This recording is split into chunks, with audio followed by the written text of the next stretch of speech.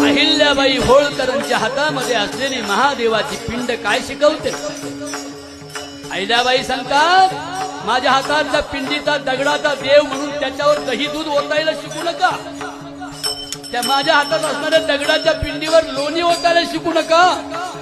माझ्या हातात महादेवाची पिंड म्हणजे आई वडिलांचं प्रतीक आहे. जगामध्ये आई वडिलांशिवाय कुणी श्रेष्ठ नाही. जगात कोणताही देव नाही. जेवढे दगडाचे देव आहे ते देव फक्त ठराविक वर्गाला श्रीमंत करतात.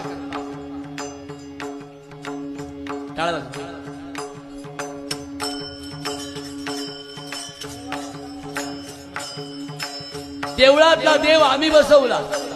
देवळ तुम्ही निर्माण केली. देवाला रंग तुम्ही दिला. की देवी ठरवायची का देव ठरवायचा हे तुम्ही ठरवलं. लुगडं नेसवलं देवी झाली. फेटा बांधला देव झाला. त्याच्या अंगावर लोणी तुम्ही ओतलं. दही दूध तुम्ही ओतलं. पण तेवढंच दही दूध दगडा धोंड्यांच्या देवावर ओतण्यापेक्षा जिल्हा परिषदच्या शाळेला जी गरिबाची मुलं जशी शाळा शिकतात, या मुलांना ते दूध पाजलं असतं तर खऱ्या अर्थानं जगाचा निर्माता जो कोणी पार्लमेंट मगाशी म्हणालो त्या परमेश्वराला आनंद झाला.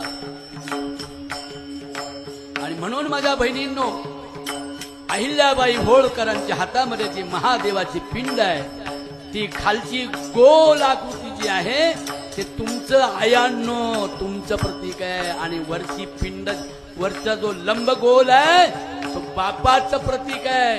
म्हणून